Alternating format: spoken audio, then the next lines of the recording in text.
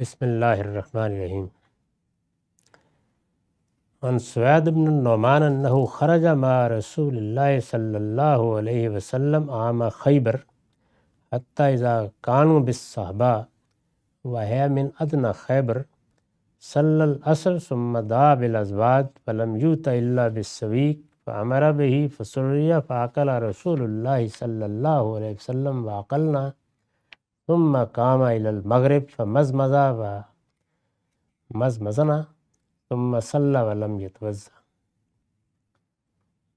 سوید بن نعمان بیان کرتے ہیں کہ وہ رسول اللہ صلی اللہ علیہ وسلم کے ساتھ سفر میں نکلے، اور یہ وہی سال تھا جس میں خیبر کا سفر ہوا ہے، یہاں تک کہ صحبہ کے مقام پر پہنچے، اور یہ وہی خیبر میں زیریں علاقہ ہے۔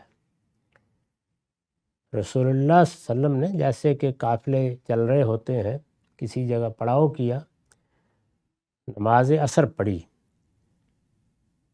پھر آپ نے کچھ کھانے کے لیے طلب فرمایا، تو ہمارے پاس سوائے ستوؤں کے اور کچھ نہیں تھا، وہی پیش کر دیا گیا۔ تو آپ نے فرمایا کہ ان کو ذرا گیلا کر لو، اس سے نگلنے میں آسانی ہوگی۔ تو آپ نے وہی ستو کھائے سفر میں، اور ہم نے بھی وہی کھائے، وہی ہمارے پاس تھا۔ پھر آپ مغرب کی نماز پڑھنے کے لیے کھڑے ہو گئے۔ ومزمزہ ومزمزنا، تو ہم نے بھی نماز پڑھنے سے پہلے کلی کی، اور آپ نے بھی کلی کی۔ ثم صلی ولم یتوضا، پھر آپ نے نماز پڑھا دی اور کوئی وضو نہیں کیا۔ یہ وضو ہی کا باب ہم پڑھ رہے ہیں، تو اس سے وہ یہ بتانا چاہتے ہیں کہ لوگوں میں یہ غلط فہمی پیدا ہو گئی ہے کہ اگر کوئی چیز کھانے کی ہو، پکی ہوئی ہو، چولہے کی پکی ہو، اس طرح کی بہت سی چیزیں بیان ہوئی ہیں اس تاریخی معاملے میں، تو پھر وضو کرنا چاہیے۔ وہ بیان کر رہے ہیں کہ نہیں، ہمارے سامنے یہ ہوا، ستو کھائے رسالت مآب صلی اللہ علیہ وسلم نے، تو بس اس پہ اکتفا کی کہ کلی کر۔ اس سے یہ واضح ہوا کہ کھانے کی چیز یہ وضو کی ناقض نہیں ہے، اس سے وضو ٹوٹتا نہیں ہے۔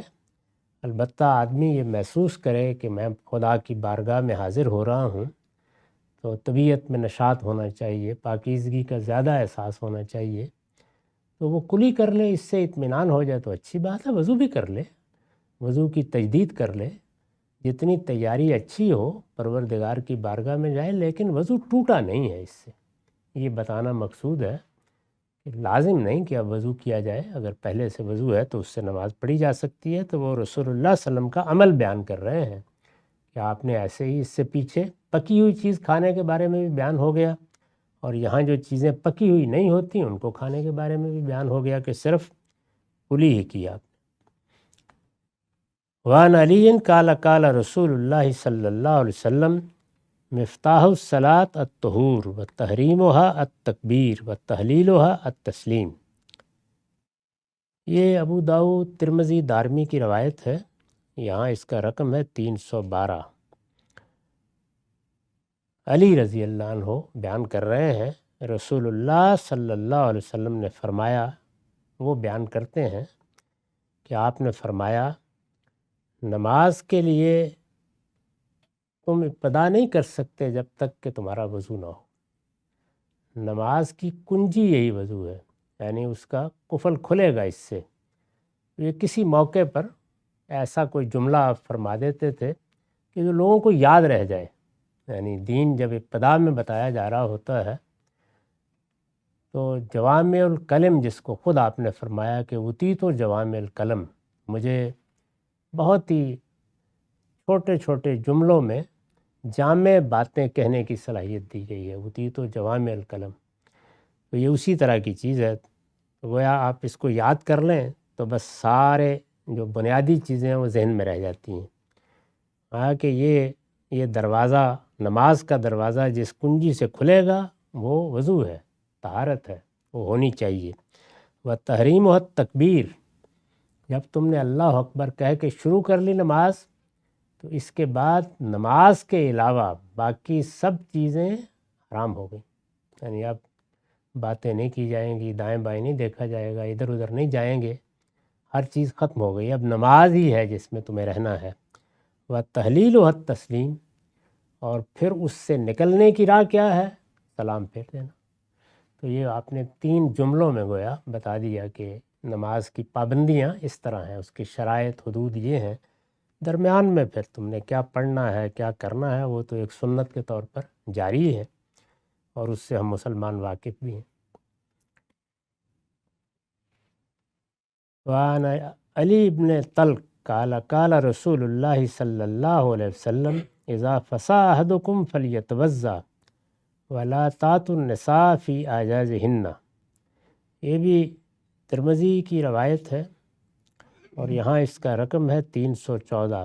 علی بن طلق بیان کرتے ہیں کہ اگر کسی شخص کے ہاں ہوا نکلے اور آواز نہ بھی ہو تو وضو کرنا ہے۔ یہ پیچھے بھی بیان ہو گیا ہے کہ اس کو معلوم ہو جائے کہ ہوا خارج ہوئی ہے، وہ اس کی آواز سن لے یا اس کو محسوس کر لے تو پھر وضو کرنا ہے۔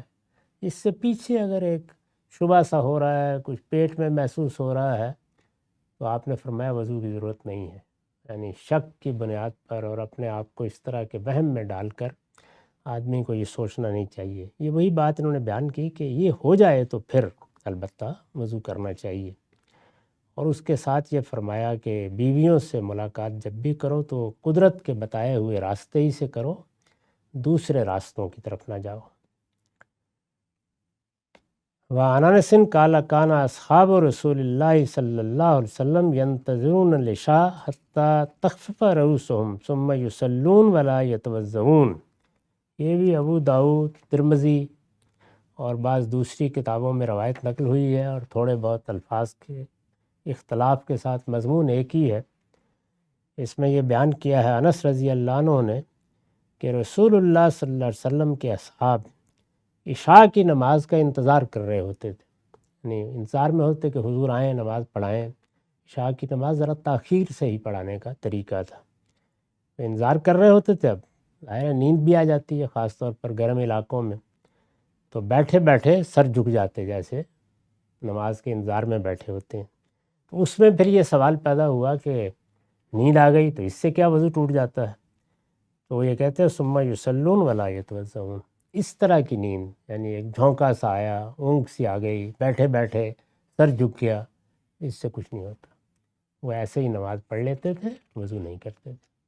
دوسری جگہوں پر یہ آ جائے گا کہ اگر آپ اطمینان سے سوئیں تو پھر وضو کر لینا چاہیے، کیونکہ پھر نہیں کہا جا سکتا کہ اس طرح کی نیند میں کیا صورت پیش آ گئی اور کیا پیش نہیں آ گئی۔ تو یہ دونوں کا فرق ہے، اسے ملحوظ رکھنا چاہیے۔ وآخر دعوانا الحمدللہ۔